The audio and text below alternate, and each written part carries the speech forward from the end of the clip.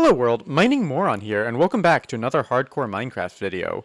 I posted a poll the other day, and it seems like you guys want me to post an update every week instead of just at milestones, so that's what I'm going to do. It's currently day 4536, and as you can see, all 7 outbuildings are finally finished at the spawn chunk complex, and I've also started the big central tower. And I'm really excited to take a look at, show you these new buildings.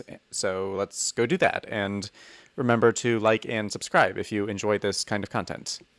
Alright, so first, the villager breeder building is finally complete. Like, the dome is finished, and I added all the detailing and the vines on the sides and so forth. And also, in the villager breeder tank, there were something like 58 villagers, and they were causing so much lag that the game was becoming unplayable. So I had to go in and kill, like, I literally massacred 55 villagers down there, and that did slightly improve my gameplay.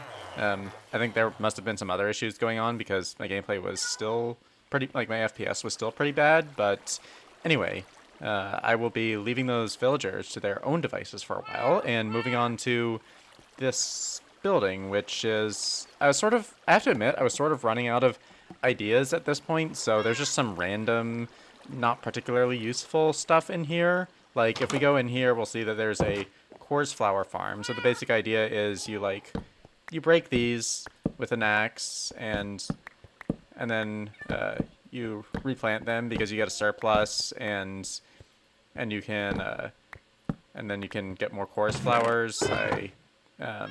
I'm keeping most of the chorus flowers up on the top floor because up here is where I have a tiny little chorus fruit farm. It's manual. It's not very good, but and I didn't even design it myself, so I probably shouldn't be throwing shade on other people's farms, but it's a good little starter farm, I guess. It was designed by Eagle Eye 621, so I'll leave a link to that down in the description if you're interested. He also designed the chorus flower farm, and yeah, I have this like cage of end rods around it because mobs can actually spawn on chorus flowers. Honestly, they should give a light level of 8 so that mobs can't spawn on them, but that's not in the game, so yeah. And you can harvest it by just doing this with the water, and then getting rid of the water and replanting someday, especially if I'm gonna make a build with a lot of purple blocks at some point. I do want to make a much better farm that's more AFKable, but for now, this is what I'm working with. And then, yeah, I have my spare chorus flowers in here. And then we can move on to the other floors. I know we just jumped from the bottom to the top, which is sort of weird, but that's where the water elevator went. So this here is maybe eventually going to be a carpet duper if I ever want carpets. Like I said, I was really running out of ideas for stuff to put in here, so pretty much just an empty shell.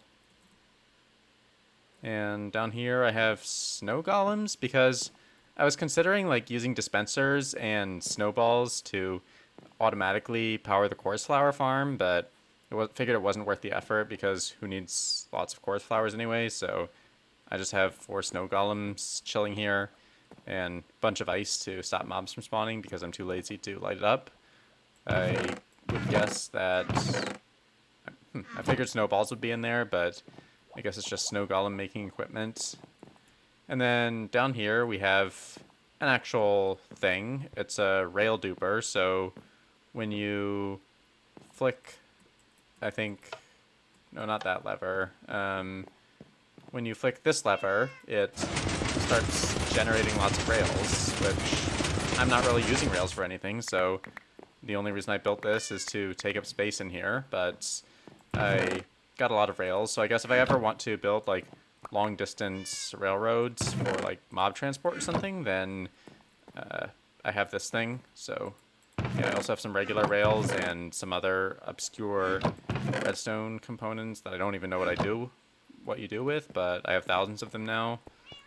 And then that's pretty much it for the I'm not even naming these buildings anymore. It's building number 6. And then moving on to the final tower. This one is completely an empty shell, just like me. An empty shell devoid of any substance. Except it has these zombies here. I moved them from outside so I could actually have space to work on the central tower. And yeah, they're just here for decoration. I might just leave this empty. I don't really care at this point. I'm sort of tired of working on these towers because there were 7 of them and they were basically identical. So yeah, moving on to the central tower. Last but certainly not least, and not at all identical to the others. This is going to eventually have a wooden door, a giant wooden door like the others, but not squares and a lot more ornate. And then it'll lead into this grand entryway. And the biggest pain was honestly trying to get this arch set up. It was so much less painful in creative because I didn't have to constantly go up and down scaffolding to get stairs and then put away the stairs and then get solid blocks and put away the solid blocks, get lanterns, put away the lanterns. But yeah, it did take a while, but I did it eventually. And this right here is the world spawn point. And I covered or removed all the other grass in the 21 by 21 block spawn area. So if I do spawn at the world spawn point, then I will be forced to spawn somewhere in the square. And I'm gonna eventually, once this area is more fully secured, I will take the dragon egg out of the chest where it's been sitting for 4,000 days and put it right here. Like literally, the dragon egg has not been moved, and I haven't done anything with it since I moved it into my underground storage around day 600. But yeah, moving on to this sort of unfinished back hallway with a lot of windows, windowing out onto stuff, I guess. And then here's sort of like a taiga room because this is like a lot of this base was originally in a taiga biome that I completely flattened, and I figured I would have like a few like basic motifs in the design of this base to sort of reflect that, like the spruce wood detailing on everything and the spruce leaf vines everywhere, and now this little room. And as you can see, I used flowers and sweet berries and leaves to block the spawning in this area since it's technically part of the world spawn that you can spawn in. And then yeah, I just have this little path and a random villager cat I kidnapped.